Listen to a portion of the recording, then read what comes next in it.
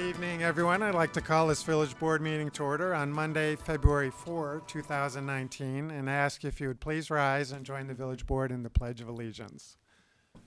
I pledge allegiance to the flag of the United States of America and to the republic for which it stands, one nation, under God, indivisible, with liberty and justice for all. Would the clerk please call a roll? Trustee Sidor. Here. Trustee Scaletta. Trustee LaBedz. Here. Trustee Padavani. Here. Trustee Tinaglia. Here. Trustee Rosenberg. Here. Trustee Baldino. Here. Trustee Blackwood. Here. President Hayes. Here. First item on the agenda is the approval of minutes. We have 3 sets to approve tonight. The first is from the joint meeting with the Village Board and the Library Board from January 19, 2019. Any changes or passes? Move approval. Second. Motion to approve by Trustee Blackwood, second by Trustee Rosenberg. Pass. Passed from Trustees Tinaglia and Padavani. Any further questions or comments? All those in favor say aye. Aye. Any opposed? Next, the minutes from the Committee of the Whole meeting from January 22nd, 2019. Any changes or passes? Move approval. Second. Motion to approve by Trustee Tinaglia, second by Trustee Sidor. Pass. Passed from Trustee Padavani. All those in favor say aye. Aye. Any opposed? And finally, the minutes from the Village Board meeting from that same evening, January 22nd, 2019. Any changes or passes? Move approval. Second. Motion to approve by Trustee Blackwood, second by Trustee LaBedz. Any further questions or comments? Mayor, you said the 19th, it's actually the 22nd. All right, January 22nd, 2019. All those in favor say aye. Aye. Any opposed? And next we move on to the approval of the accounts payable, and I call on Trustee Rosenberg. Thank you, Mayor. I'd move approval of the warrant register with a check date of January 30th, 2019 in the amount of $1,521,669.93. Second. Motion to approve by Trustee Rosenberg, second by Trustee Sidor. Any questions or comments from the board? Anything from the audience? Seeing none, roll call. Trustee Rosenberg. Yes. Trustee Sidor. Yes. Trustee Blackwood. Yes. Trustee Padavani. Yes. Trustee Tinaglia. Yes. Trustee Baldino. Yes. Trustee LaBedz. Yes. President Hayes. Yes. Move on then to citizens to be heard, and we do have one blue card from an individual who wishes to address the Village Board on an item not on the agenda. James Pavelski. Is it Pavelski? Polish pronunciation, Pavelski. There you go. Yeah. And Mr. Pavelski, you do have 3 minutes, and we'll give you a little leeway, but since you're the only blue card we have tonight. Okay. Thank you, Mayor. Trustees, I'm concerned about the erratic mail delivery up in the north end of town. We live in Lake Arlington Town West. I realize that the Postal Service was not working because of the, or not delivering because of the cold on Wednesday and Thursday of last week. However, the Tuesday after Martin Luther King holiday, we did not receive mail. All last week, we did not receive mail, not only just Wednesday and Thursday, but also Monday, Tuesday, and Friday. I went to the post office on Wednesday, the 30th, which was the coldest of the days, and I asked to talk to a supervisor. I waited in line, and I was told that there's no supervisor in the building. I was quite surprised at that. I walked across the lobby, and I saw a woman sitting at a desk behind locked doors, so I knocked. She opened them up, and I said, "Can I speak to a supervisor?" And she said, "About what?" And I said, "About erratic mail delivery and lack of delivery." And she went back. A supervisor came out, and I said, "I was just told outside there that there was no supervisor in the building." And his statement was, "He just came in."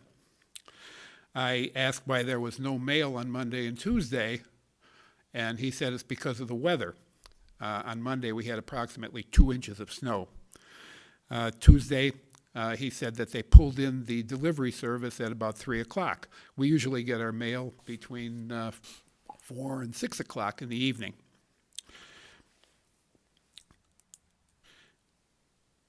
I asked why there was no delivery, and he said, "Because we have a heart." And I said, "About what?" He said, "For our employees."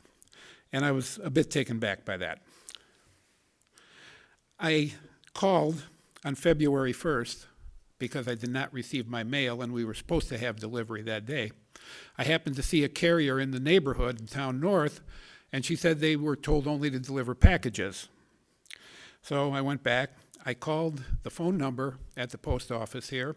I let it ring 20 times to no answer. I called the second number, which was disconnected.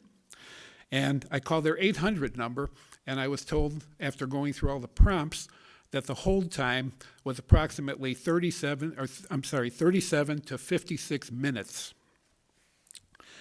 Finally, we received a minimal delivery on Saturday, and wouldn't you know it, but one of them was our property tax bill. I'm sure that always gets through. We got a mail delivery today, finally, and I talked to the carrier at the curb, and she said that they had 4 days worth of mail, and she was helping out the regular person who has come back. I don't know if there were supposed to be subs or what, or if our regular guy was on vacation, but it impacted the whole neighborhood. Some of my neighbors are here tonight also, and they were also impacted by this. Today, I'm in the mail delivery, I received income tax statements, I received bank statements, and on Saturday, I finally had some checks that were supposed to come. I'm a bit upset. We just had a 10% increase in the forever stamps, and it seems like we had a 100% decrease in the service that we receive up in our area there. I don't think there's any reason for that, and this is a fine village. We've lived here over 40 years, and for the most part, it's been decent as far as the service, but I don't think there's any reason for this. If they can't get it done properly, maybe there needs to be someone to talk to them. I'm just a neighborhood schlub. I went in there, and from what I told you as far as, there's no supervisor here, I think there should be a supervisor there, and I would think that somebody here from the village would be in a better position to address this than I would, and at least share our concerns. It wasn't just me, it was the whole neighborhood. Also, I have one other concern. It's about the NASCAR plow drivers that come through the neighborhood. With the first heavy snowfall we had back before the holidays, they took out a large number of mailboxes in the neighborhood. Fortunately, mine was just moved a little bit, the replacement that was given to me a few years back. Hopefully, they would be a little more careful with this. I could see the horses out there with the mailboxes sitting on top of them. Also, the issue of the snow that gets piled up at the curb after we do our plowing. We're diligent, and we try to keep it on our lawns and not send it out in the street as we're not supposed to do. And we clear our driveways and put our snow blowers back in the garage. And sure enough, about an hour later, we come back, and there's about 1.5 feet of the worst icy snow right at the curb that we just plowed out. So I don't know what they can do about that in their procedures, but I would hope that that could be addressed too. Thank you for your time. Right, thank you, Mr. Pavelski. Some good points, and I do live on the north side myself, and I am one who's also noticed the sporadic mail delivery, particularly on Saturdays for us. And so I don't know, let's take the issues one at a time. We're going to address both of them. But Mr. Reckloss, have we heard any other complaints about either no or poor mail delivery? I believe we did get one complaint this week, something to that effect. And, again, I just have to point out that, the post office is obviously an agency of the federal government. Right, I'm aware of that. And so, for the folks watching at home as well. And so the village has absolutely no say-so over the operations of the post office. I'm happy to put a phone call in and just mention that we received a couple of complaints just to make them aware, but I certainly can't guarantee that they'll respond to us any more than they would respond to a complaint from the president. Our regular driver is decent, and, we get our service here. But I think that they could have done a better job with this over here, at least as far as any replacements or whatever. I'm aware that the weather was difficult, but ours also is the mailbox at the curb, and all they have to do is reach out of the truck and put it in. They don't have to carry the bags up and down the street like they do up in the Vista. So, again, I appreciate the time, and thank you very much. Okay, thank you. And the other issue, do you want to talk about the mail first? Let's talk about the mail. I just wanted to mention, you said you only got, I think, one other complaint. There's a social media site called Nextdoor that I am on, and the village posts social, information on there. But I've seen a number of complaints posted about mail delivery, so it may not, be directed here, but there seems to be rather widespread concern. I don't mean necessarily widespread, but a number of people, maybe they're all in your area, have also expressed concerns about erratic delivery. So I think it's happening. Yeah, And- a word to them, on our behalf would be much appreciated by myself and all the neighbors. Right. We can certainly use our good offices to express your and our concerns about the delivery service and see if there's anything that could be done. Thank you. Okay. Anything further on the mail? So let's talk about snow plowing. We do have Scott Shirley, our Director of Public Works, who I just have to say they do a great job generally. Obviously, there's going to be times when there are complaints here and there, but as a whole, our Public Works does just a great job of keeping the snow clear from our streets under very difficult conditions. So we have to commend them for the great work that they do. But we understand there are complaints that come up now and then. So, Mr. Shirley, if you could address some of Mr. Pavelski's concerns. Sure, just one by one. As far as the speed of snowplow drivers, we have vehicle locators and trackers in every vehicle. So if you call Public Works after you see a truck speeding, give us the location, give us the location of the street and the general time within 10 or 15 minutes. We can tell exactly what was going on, how fast they were going, and we can get to the bottom of it. I will tell you this, that generally speaking, residents exaggerate the speed of plowed trucks about 100%. So if you think it was going 50, it was probably going 25, and on residential streets, it's usually much lower. But we can check it, and we can get an accurate miles per hour on that for you. I think with the bigger trucks, the lights flashing, everything else, it's kind of scary for people. They are big trucks, and they're very dangerous, but our guys are pretty good in that regard. But please call me. My name's Scott Shirley at Public Works, and we can run down information on a particular driver at a particular time. When it comes to mailboxes, generally speaking, with heavier snows, it's not the plow hitting the mailboxes, it's the snow hitting the mailboxes, and there's really not much we can do about that. Now, if you're talking about the November 25th, 26th storm, that one speaks for itself. It was snow with ice in the middle and and snow on top, and it was just a very, very extremely heavy snow. We all know that from all the power lines that went down and all the trees that came down. So in that situation, there's not a lot we can do. We have to get the snow off the road, and it ends up sometimes taking out mailboxes just because of the sheer weight of the snow. Lastly, as far as the snow at the end of the driveways, unfortunately, it's something we can't do much about. As far as the timing goes, I think people need to realize that it takes 6 to 8 hours for us to clear the entire village once the last snowflake falls. So if people, and most people do, they're Johnny on the spot, they get out there, they clear their driveway, 45 minutes to a couple hours after the event, and most likely, unless you're on the front end of a route, we don't come for another 3, 4, maybe even 6 hours to plow the snow all the way to the curb. So if you're able, you should wait. Although, most people don't have that luxury. They need to get out, they need to run errands, so on and so forth. So if you think you get more snow than your neighbors for some reason, like there's an inordinate amount of snow in your driveway compared to others, that we can try to address. Sometimes it happens on curves. Sometimes in cul-de-sacs there are complicating issues just because there's no place to put the snow. And sometimes as you come around corners, some of the trucks deposit more snow in certain driveway aprons than others. So we'll try to address that as well. You can always call Public Works. We have a snow command hotline that's 368-5834 during events, and we have somebody there answering the phone at all times. So. Thank you, Mr. Shirley. And unfortunately, it's a problem we all deal with. I deal with it myself many, many times. And so there's just no real good solution. The primary obligation of our Public Works Department is to clear the streets for obvious reasons, for safety reasons, primarily so that emergency vehicles can get through and also that you and I can get to work. But so the other side of that is that the snow has to go somewhere if it's not on the streets, and it ends up back on your driveway. And so it's unfortunately something we all have to deal with. Anything further? Trustee Tinaglia. Yeah, I think it's a opportune time to just say thanks. Those guys are awesome. I'm out.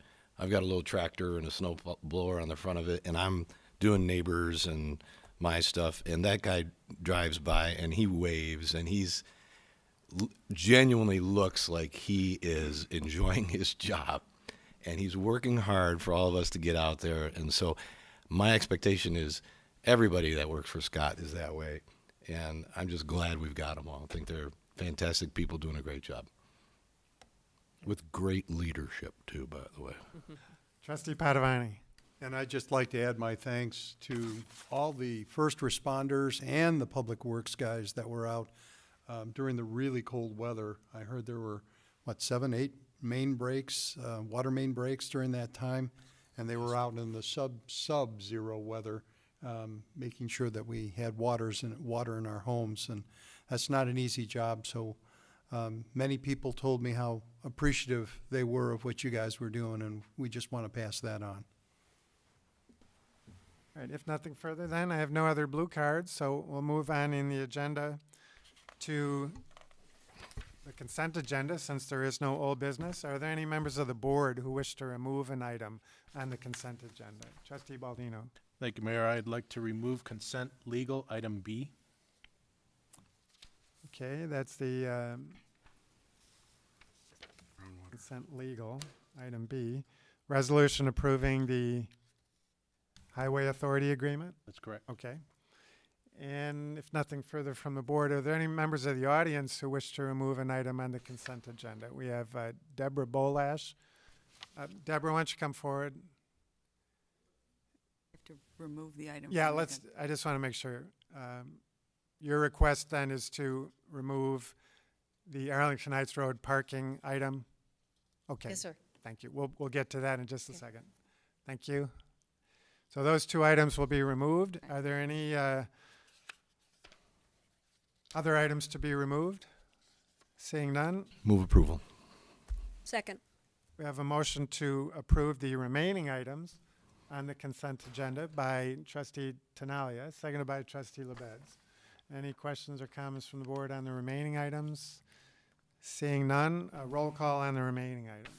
Trustee Tinaglia? Yes. Trustee LaBedz? Yes. Trustee Rosenberg? Yes. Trustee Sidor? Yes. Trustee Padavani? Yes. Trustee Baldino? Yes. Trustee Blackwood? Yes. President Hayes? Yes. So we'll take up the first one, which is the parking. All right. And Ms. Bolash, why don't you come forward?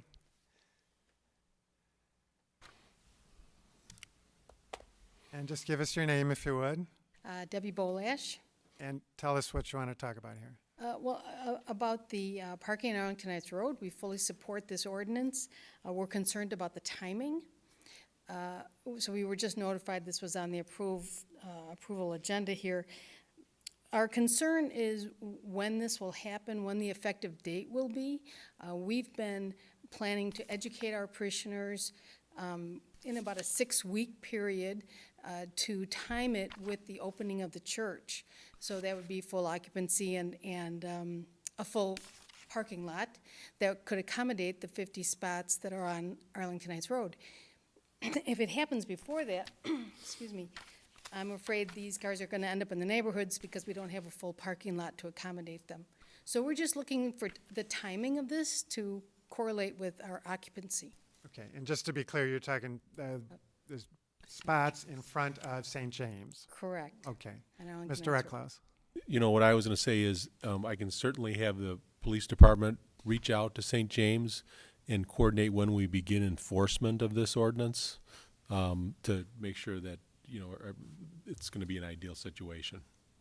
I mean, so the passage of the ordinance, you know, we can work with the police department on exactly when it begins getting enforced. You know, the two can be somewhat independent as long as we know we're going that direction. All right.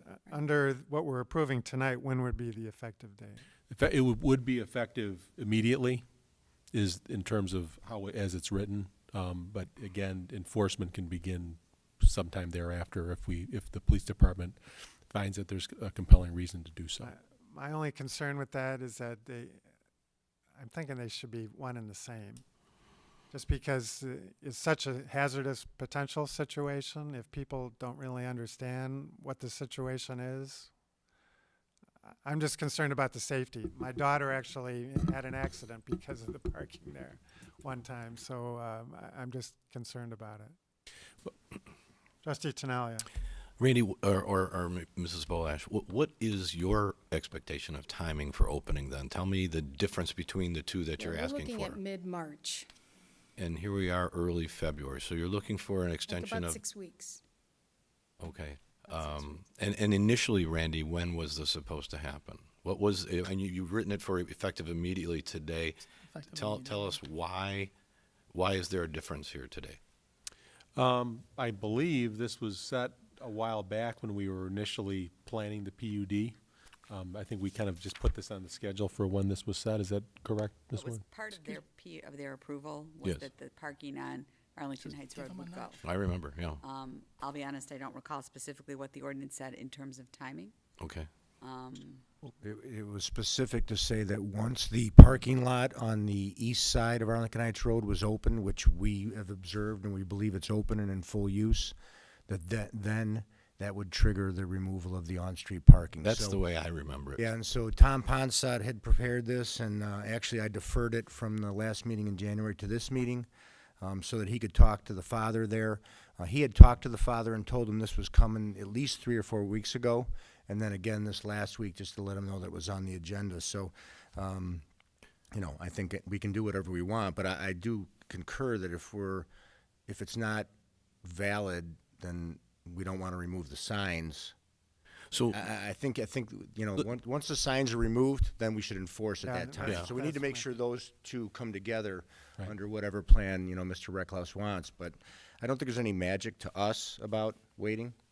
no, and I guess I was under the same impression. Once that parking lot was done, there would be no need to have it on the street there, and we've been waiting for probably 50 years for that to go away. Why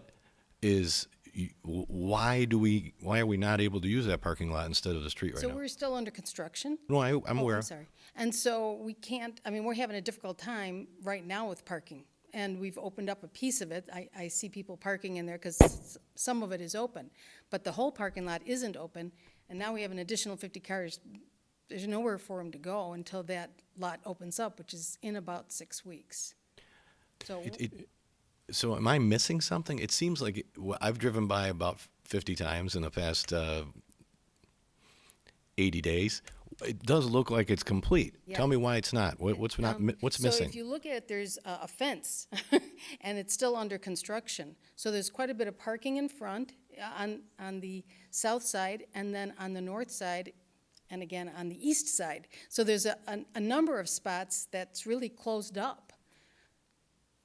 Because We're still under construction. no, We but haven't- they're closed up. I guess. There's a fence around the whole place, Yeah.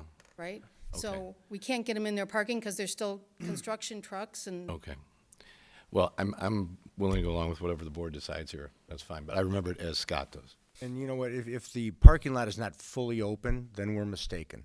And if that's what triggers the on-street parking being removed, let's wait till Yeah. it's fully open. It's a Makes mistake on our sense. part. I apologize. Yeah. It looks open to It the looks open. unknown It eye. isn't. Hold on now. Yeah. Mr. Recklouse. I was going to say, we can easily defer this ordinance to a later meeting, and that would allow staff to have some further discussions with the various powers that be at the parish and get a better answer. And we can and figure this out. We could defer it till the first meeting in March, or if we wanted to defer it simply 2 weeks, whatever the board's pleasure may be. Whatever we do, I just think the effective date and the enforcement date should be the same. I would agree. I would agree. Whatever it We'd is, like to educate our folks and say, this is when, and here's the date, so we can be clear with them as well.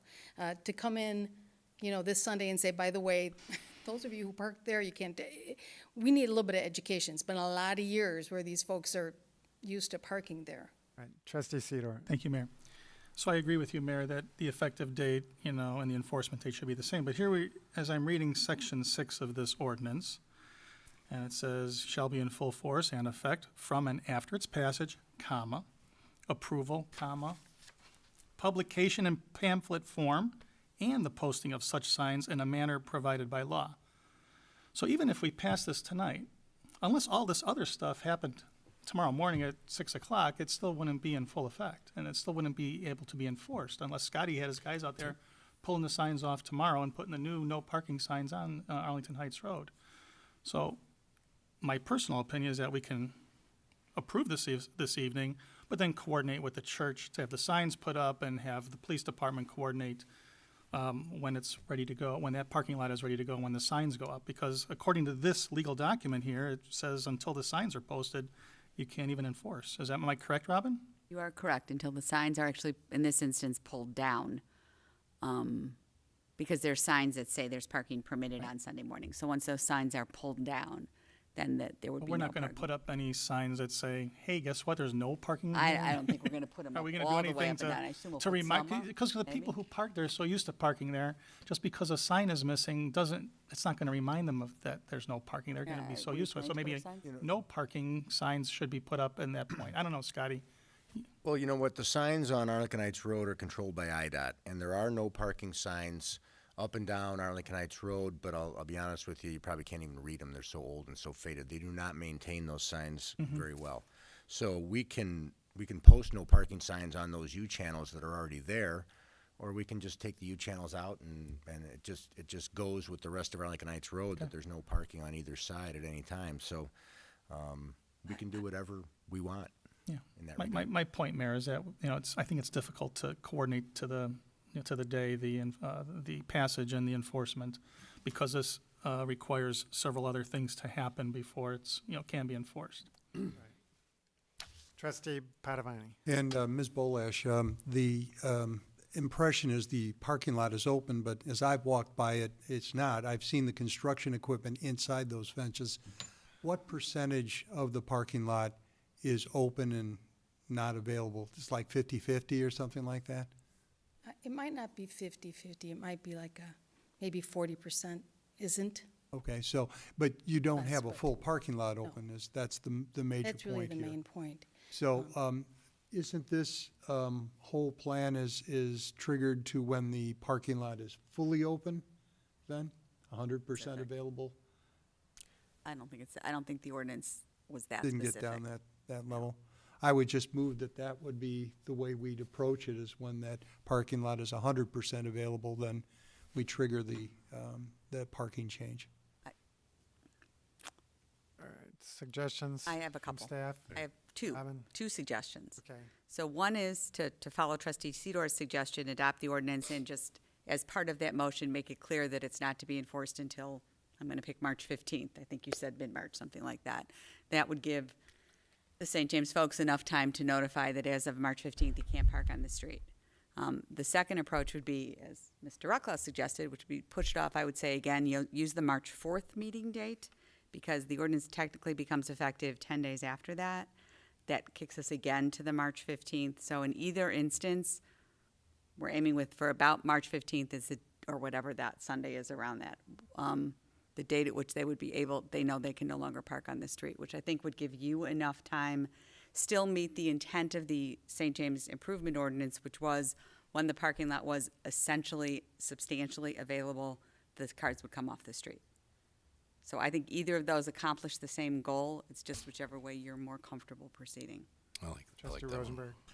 Mayor, I'd be inclined to take the latter and wait till March 4th, just in case there is an issue. And I assume we would know by March 4th if there's a problem still? Absolutely. Okay, so that would be my vote as far as to wait till March 4th and Mr. Eckert. defer the ordinance. If I could, I would suggest also that staff would again, continue to communicate with the church, between now and March 4th. And if we found that we weren't very comfortable with that, then we could always push it back further as need be. Okay, that's fine with me. Trustee LaBedz? Yeah, I also agree with deferring the passage of this ordinance till at least March 4th. I just think it's cleanest and easiest all around. I think it gives you an opportunity to educate the parishioners, and you can start now and start, because you got to tell people over and over and over again, so that the new habit forms of not to park on Arlington Heights Road. So that's my preference, is to defer it. Okay. Do Do we need a motion to defer? You need a motion to defer to March. So moved. To move it to March 4th. Second. Motion by trustee Tinaglia, seconded by trustee LaBedz. Any further discussion? All those in favor say aye. Aye. Any opposed? Thank you. Thank you. All right. Thank you all. We move on then to the other item removed, and that's the resolution approving a highway authority agreement. I call on trustee Baldino. Thank you, Mayor. First of all, let me say that I'm fully supportive of the institutional controls that are proposed as part of this agreement to protect construction workers and exposure to any groundwater contaminated with the BTEX compounds that are found at the site. However, to the south boundary of this site, there is a sewer line that passes right through the plume. And sewer lines are known to be preferential pathways for migration of these contaminants.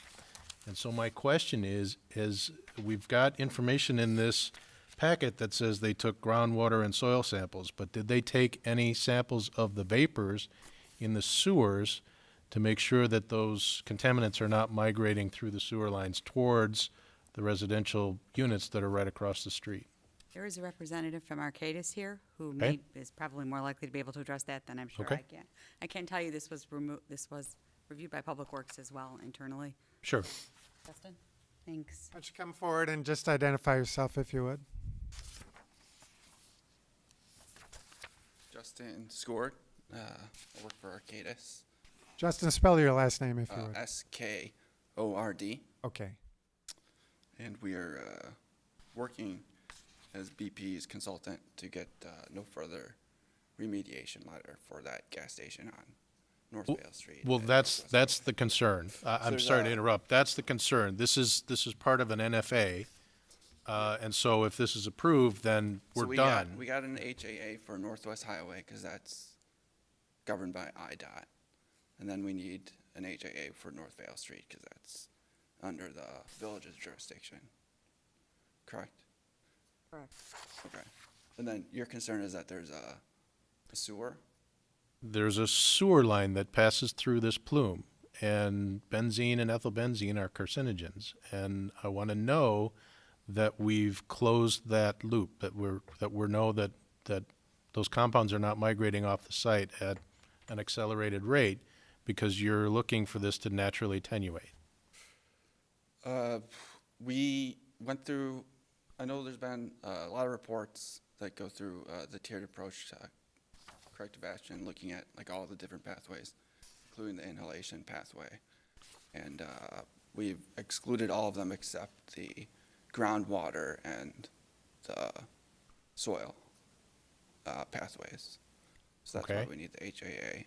As for like specifically taking vapor samples in that sewer, I don't think so. I'd have to check if it's been done by a previous consultant. I know that I don't think we have. Okay. Mr. Eklund. I was just going to say, if there's any lingering concerns, clearly, it's something of this nature, we can pull this off the agenda. Staff can do a little bit, more follow-up on these issues and bring it up at a later meeting. That's basically all I'm asking, is just to close that loop. Certainly. Okay, no urgency to this? No. Okay. So, do we need a motion to pull that off, or? Yeah, I would just do the same thing, motion to continue it for 2 weeks. We'll bring it Okay. back. So moved. Trustee Baldino, second by trustee Rosenberg. Any further discussion? All those in favor say aye. Aye. Any opposed? Okay, there is no other items then from the consent agenda, and so we move to new business, and there is none.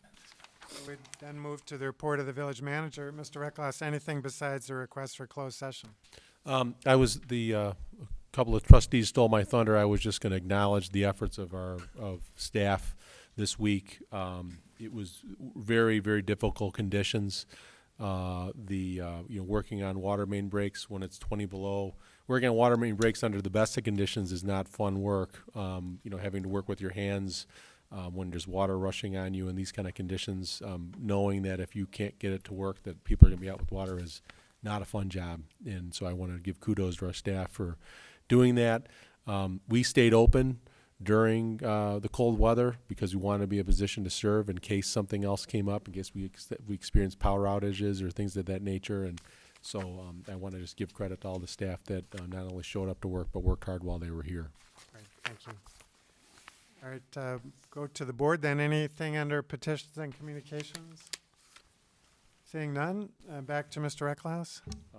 I would make a request that we enter closed session per 5 ILCS 120/2C21, discussion of minutes lawfully closed, whether for the purpose of approval of the minutes or the semi-annual review of the minutes, and 5 ILCS 120/2C11, litigation when an action against, affecting, or on behalf of the village has been filed and is pending before a court or administrative tribunal, or when the board finds that an action is probable or imminent.